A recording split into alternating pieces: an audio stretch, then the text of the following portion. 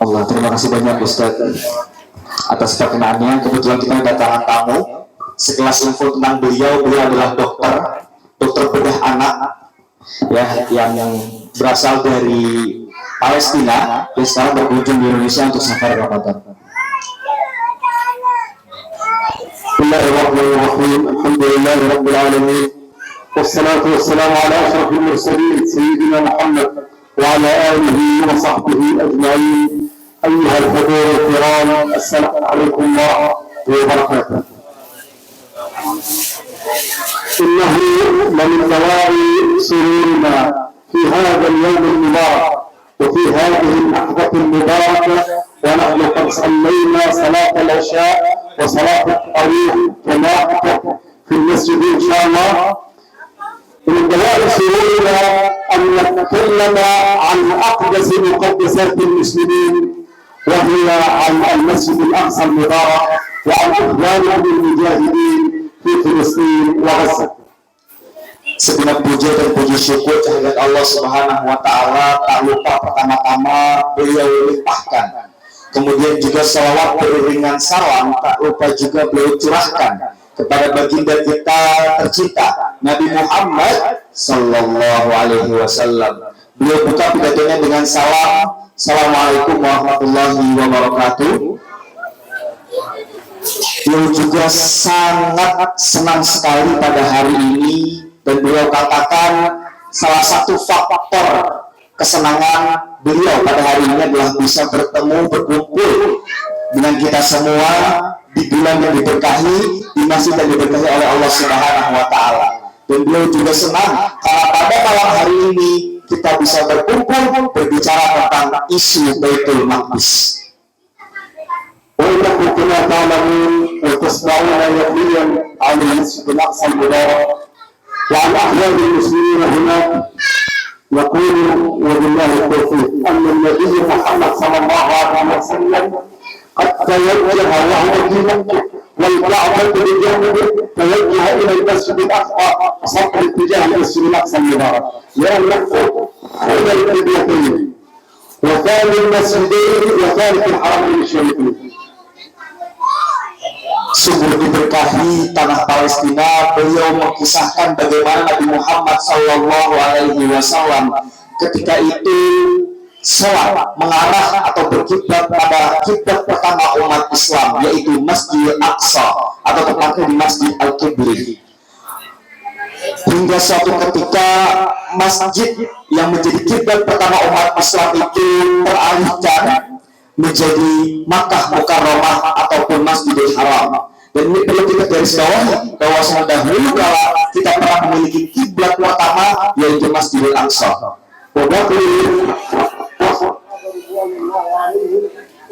Masjidil Aqsa bersama muddah 17 syahran.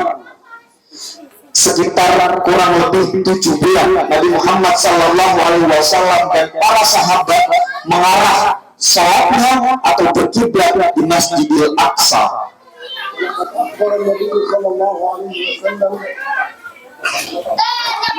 أخبر النبي صلى الله عليه وسلم عن أهل فلسطين سابقا وقال لا تزال طائفة من أمتي الحديث الشريف الذي تعرفونه. ويوم آخر قال أريد أن أصلي على أهل المقبرة. قالوا البقيع يا رسول الله. قال لا، على مقبرة عسقلان، وعسقلان هي غزة وغزة هي عسقلان.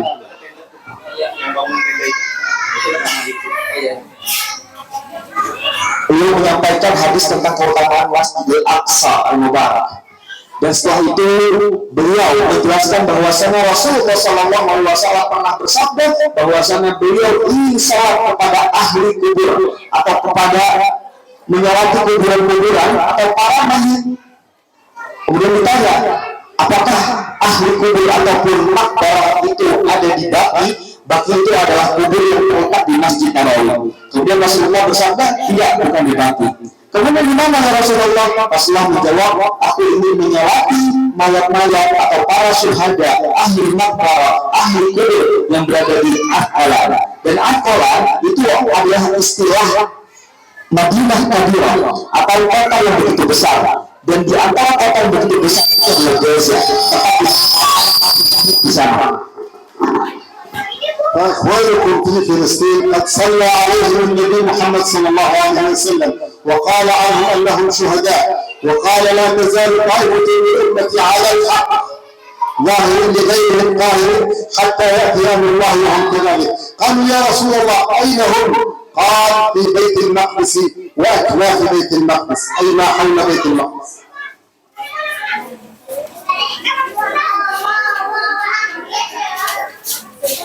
Rasulullah Shallallahu Alaihi Wasallam telah bersolat, telah melakukan sholat atau telah menyolati para ahli kubur yang berada di Al-Qala atau yang di Gaza khususnya. Dan Rasulullah Shallallahu Alaihi Wasallam menekankan kembali kepada kita semua bahwasannya tidaklah pertolongan Allah Subhanahu Wa Taala membersamai mereka yang teguh memperjuangkan agama Allah, yang teguh memperjuangkan tanah Palestina kita tercinta. Kemudian ada yang bertanya, siapakah wahai Rasulullah orang-orang yang memperjuangkan agamamu, yang memperjuangkan dengan darah dan segenap tenaganya? Kemudian Rasulullah Shallallahu Alaihi Wasallam menjawab, mereka orang-orang yang ada di Baitul Maqdis yang senantiasa mengerahkan segenap tenaga, darah dan uangnya untuk memakmurkan masjid kita, menjaga tanah kita tercinta. إنني قد جئتكم من مسافة حوالي 8000 كيلومتر من عند المسجد الأقصى، من أكناف بيت المقدس. جئت من هناك حتى أسلم عليكم وأشارككم الصيام والإفطار معكم، وأقول لكم إن أموالكم ودعاءكم قد وصل إلى المجاهدين هناك. Masya Allah. Beliau bilang beliau telah menempuh jarak sekitar 8.000 kilometer dari tanah Palestina atau Al-Quds hingga sampai ke Indonesia, bertemu dengan kita semua, iftar bersama kita semua, dan menyampaikan salam cinta, salam kasih dari saudara-saudara kita di Palestina sana. Dan sungguh beliau bersaksi bahwa segenap harta yang pernah kita kerahkan, segenap donasi yang pernah kita kerahkan, beliau saksikan sendiri ada di tanah Palestina. لقد كنت في غزة عدة مرات ونحن نذهب كإرساليات ومتطوعين بعثات طبية إلى غزة، وكنت في عدد من المستشفيات هناك. المستشفيات التي رأيتها هناك مستشفى الشفاء، أكبر مستشفى هناك، مستشفى تخصصي، مستشفى الأوروبي، مستشفى الأندونيسي، مستشفى كمال عدوان، مستشفى العودة، ومستشفيات كثيرة. وهناك رأيت بعض المرضى والقصص المؤثرة والآن سنتحدث عنها. Beliau pernah beberapa kali datang mengunjungi Gaza. Beliau katakan seperti itu, dan beliau mengunjungi berbagai macam rumah sakit. Di antara rumah sakit yang beliau sebutkan tadi ada rumah sakit Syifa, rumah sakit Kamal Adwan, kemudian juga ada rumah sakit Indonesia, dan juga rumah sakit Eropa di sana. Dan karena beliau bekerja di rumah sakit, beliau melihat sebuah kasus ataupun kisah-kisah yang begitu berkesan di hati beliau, yang insya Allah akan beliau kisahkan. كنا نكون في المستشفى وفي غرف العمليات الطاقة السفلي تكون عادة في غرف العمليات، والطائرات من فوق المستشفى. فإذا قالوا لي الإخوة هناك إذا سمعت صوت الطائرة فأنت على قيد الحياة، لأن الطائرة تمشي بسرعة أعلى من سرعة الصوت وتضرب، ويعيش الذي يعيش ويموت الذي يموت. فإذا سمعت صوتها فأنت على قيد الحياة. Sebuah tragedi yang jarang kita rasakan di Indonesia adalah ketika kita berada di ruang sakit.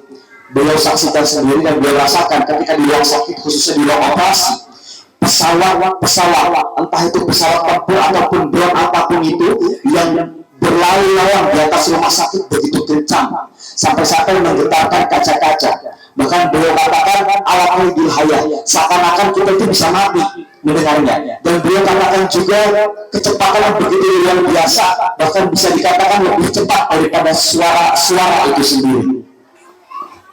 إحدى المرات كنت في عملية جراحية، عملية شظية جاءت إلى الصدر ودخلت جوه الصدر، وأنا نستطيع أن نحاول أن نخرجها في داخل غرفة العمليات. وعندما خرجت من غرفة العمليات، طبعا شفي المريض والحمد لله رب العالمين شفي. عندما خرجت من العمليات وجدت أن غرفتي التي أنام فيها قد استهدفت، ولو كنت أنا خارج غرفة العمليات وفي غرفتي لأصابتني الرصاصة التي وجدتها على سريري. Suatu ketika beliau melakukan sebuah operasi membedah dada dan mengeluarkan sesuatu kotoran ataupun penyakit di sana. Beliau mencoba mengobati dada itu, beliau dan sebagainya. Tapi sesuatu yang sangat membingungkan adalah ketika beliau keluar dari tempat tidur beliau dan kembali ke tempat tidur beliau, tiba-tiba ditemukan bahwasanya kamar beliau itu sudah hancur, melampak, dan ditemukan peluru di sana.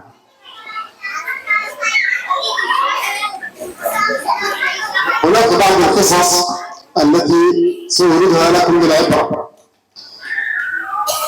كانت هناك طفلة رضيعة قد أصيبت خيمة مثل هذه الخيمة، على أقل مثل هذه الخيمة. أصيبت الخيمة فطفلة عمرها 9-8 شهور فقط، قد أصيبت في جسمها. فعند العمليات وجدنا أن أمعاءها قد أصيبت وثقبت، سبع ثقوب في الأمعاء. هي طفلة عمرها 8 شهور، يعني بطنها قليل جدا، أمعاءها مثل إصبع صغيرة، ثقبت 7 ثقوب. وثقوب الأمعاء عادة لا تشفى وتحتاج إلى عدة عمليات، 5 6 7 حتى تشفى. ولكن هذه الطفلة أنا كنت الطبيب الوحيد جراح الأطفال الموجود، فعملت لها العملية في الليل، وفي الصباح كان عندي سفر رجوع إلى عمان إلى الأردن. يعني أنا دعوت الله سبحانه وتعالى أن يشفيها. ثم سألت عنها في عمان، قالوا أنا على التليفون، قال أنا بخير ولا ينتفخ بطنها ولا معها حرارة. ثالث يوم رابع يوم قالوا هي الحمد لله جيدة وتواصلت الشفاء وترضع بشكل جيد. هذا ما كان لا يحدث في علم الطب لولا عناية الله سبحانه وتعالى بهؤلاء البشر. Sebuah kisah yang beliau kisahkan, ada seorang anak kecil yang tinggal di kemah pengungsian seperti ini, kurang lebih seperti ini, kemah pengungsian yang terkena bom ataupun rudal, tapi tidak terkena secara langsung. Anak ini berumur 8 bulan, dan terkena radiasi dari rudal itu sendiri. Bahkan beliau katakan ada itu ususnya masih kecil, perutnya masih kecil, sekitar sejari ususnya. Tapi ditemukan kurang lebih 7 lubang di sana. Dan beliau adalah satu-satunya dokter bedah di sana. Dokter bedah anak di sana beliau satu-satunya. Akhirnya beliau mengeksekusi, beliau merawat, beliau menanggulangi pasiennya tersebut. Beliau jahitlah satu persatu lubang-lubang yang ada di usus tersebut. 1 lubang, 2 lubang, 3 lubang, 4 lubang, 5 lubang. Bahkan beliau katakan ini tidak masuk akal dalam ilmu kedokteran. Apakah bisa sembuh seperti ini? Padahal penyakit ataupun kursus seperti itu harusnya ditangani dengan beberapa operasi dan alat-alat yang begitu mumpuni. Tapi dengan alat-alat seadanya beliau jahit 1 lubang, 2 lubang, hingga 7 lubang itu di malam hari. Dan kemudian beliau pergi ke Amman di pagi harinya. Kemudian tiba-tiba ada yang menelpon beliau, dan beliau bertanya, kira-kira bagaimana kabar bayi 8 bulan tersebut yang memiliki 7 lubang di ususnya? Bagaimana kabarnya? Akhirnya dijawablah, ternyata dan ajaibnya bayi tersebut tidak apa-apa. Bayi tersebut sehat kembali. Operasinya berjalan begitu lancar. Dan beliau katakan ini tidak masuk akal dalam ilmu kedokteran. Ini tidak masuk logika dalam ilmu kedokteran. Dan beliau tekankan kembali bahwa sungguh ini tidak akan terjadi kecuali dengan pertolongan Allah Subhanahu wa taala, dan bahwasanya Allah Subhanahu wa taala bersama mereka. Allahu syafi, Allahu penyembuh. ولي زميل درس معي وهو يعمل في فرنسا، طبيب لبناني جراح. أن يكون هناك ظروف خاصة جدا وأجهزة خاصة لعمليات القلب. جاء من فرنسا وذهب إلى غزة، وهناك اصطدم بالواقع أنه لا يوجد الأجهزة التي يريد أن يفتح الصدر ويرى القلب ويصلح الخطأ الموجود فيه، يعني المرض الموجود فيه. قال نحن نعطي المرضى القلب، نعطيهم إبرة معينة فيتجمد القلب لا ينبض، ولكن يوجد جهاز يأخذ الدم ويرجعه إلى الجسم. خلال هذه الفترة يكون قد عمل عملية. لا يوجد هذا الجهاز، ماذا فعل؟ قال أنا أريد أن أعمل حتى والقلب ينبض.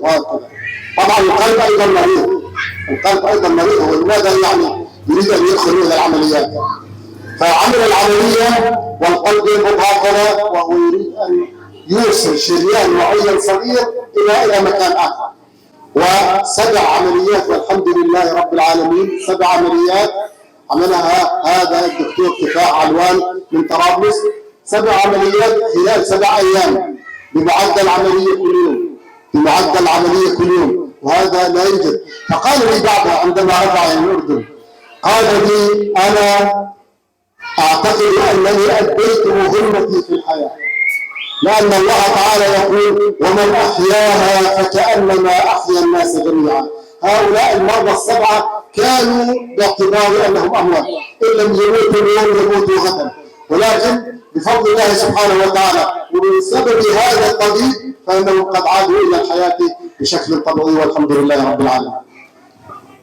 Ada teman beliau yang berasal dari Lebanon, suatu ketika bertugas di Prancis. Sudah 2 tahun lamanya teman beliau tidak mengobati pasien di Gaza sana. Sampai suatu ketika ia mengerahkan tenaganya untuk datang ke Gaza, dan ditemuinya alat-alat kedokteran itu tidak mumpuni, banyak sekali alat-alat yang kurang. Dan ada pasien yang terkena penyakit jantung, membutuhkan perawatan dengan alat seadanya nantinya. Jantungnya dikatakan nyaris tidak berdetak, nyaris tidak berdetak di sana. Sampai suatu ketika dengan alat seadanya beliau bedah, temannya bedah, dibedah, kemudian dilakukan 7 operasi. Ketika dilakukan 7 operasi, baiklah dengan izin Allah Subhanahu wa Ta'ala, operasi itu berjalan lancar. Dan beliau berkata, sungguh aku berusaha semaksimal mungkin mengerahkan segenap tenagaku untuk menyembuhkan satu orang ini, untuk menghidupkan satu orang ini. Sebagaimana firman Allah Subhanahu wa Ta'ala, ketika kita menghidupkan satu orang, maka seakan-akan kita menghidupkan seluruh umat manusia yang ada di dunia. ونتيجة القتل كثير جدا في الأطفال والنساء والرجال، أسر كاملة قد تكون قد محيت من السجين المدني لم يبقى منها أحد. وبعض المرات هناك وضع أصعب، أن يبقى طفل صغير من الأسرة كاملة، يعني يتوفى 7 8 أفراد ويبقى طفل واحد، طفل ويسمى اللاجئ الوحيد.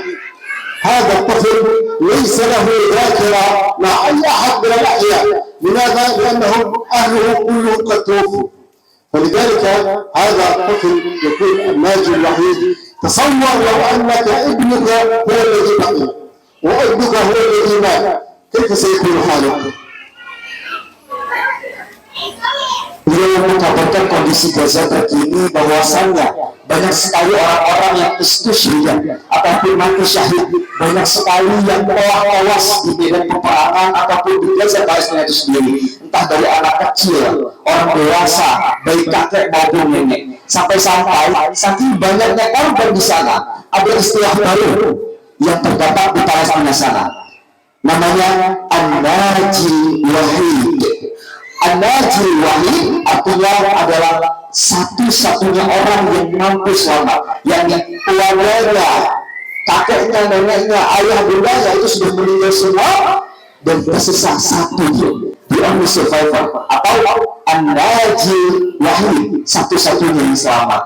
Dan beliau mengajak kepada kita semua untuk berhayal bagaimana bila mana hanya anak kita yang tersisa dan kita semua telah tiada, atau bagaimana hanya kita yang tersisa sedangkan seluruh keluarga kita telah tiada. فكيف نساعد إخواننا في فلسطين؟ المسجد الأقصى ليس للفلسطينيين وحدهم وليس للعرب وحدهم، بل هو وقف لكل مسلم. المسلم الذي يدخل الإسلام اليوم له حق في المسجد الأقصى المبارك، وله حق في الكعبة، وله حق في المسجد النبوي. هذه مقدسات المسلمين. الرسول صلى الله عليه وسلم أعطانا وقال يجب عليكم أن تزوروا، لا تشد الرحال إلا إلى 3 مساجد: المسجد الحرام والمسجد الأقصى ومسجد هذا. Beliau menekankan kepada kita semua bahwasannya Masjidil Aqsa laisa lil Palestina wahdahu, bukanlah milik orang Palestina semata. Laisa lil Arab wahdah, dan bukan pula milik orang semata ataupun orang Timur Tengah semata, tapi Masjidil Aqsa adalah milik kita semua. Setiap orang yang beragama Islam dan yang baru lahir dalam keadaan Islam, mereka punya hak terhadap Masjidil Aqsa, Masjidil Haram, Masjidil Nabawi. Beliau juga mengutip hadis bahwasanya la tusyaddu rihal, tidaklah sah seseorang memperjuangkan mati-matian untuk bepergian kecuali ketiga masjid: Masjidil Haram, Masjid Nabawi, dan Masjidil Aqsa al-Mubarak. فمن يومنا نحن المسلمين ونحن لنا مسجد هنا ذكره الرسول صلى الله عليه وسلم وأسري به إليه هنا ثم عرج به إلى السماء. هذا المسجد للمسلمين، وهذا لنا لكم أنتم، لنا كل.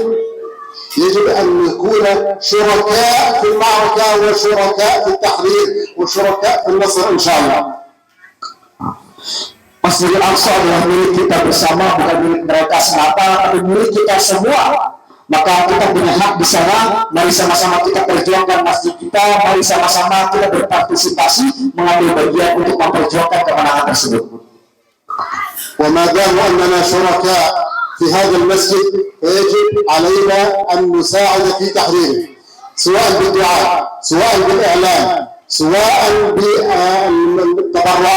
بالتبرعات لأهل غزة أو للمجاهدين هناك، حتى يكون إن شاء الله نكون من الذين إن شاء الله يصلون فيه صلاة قبل الموت.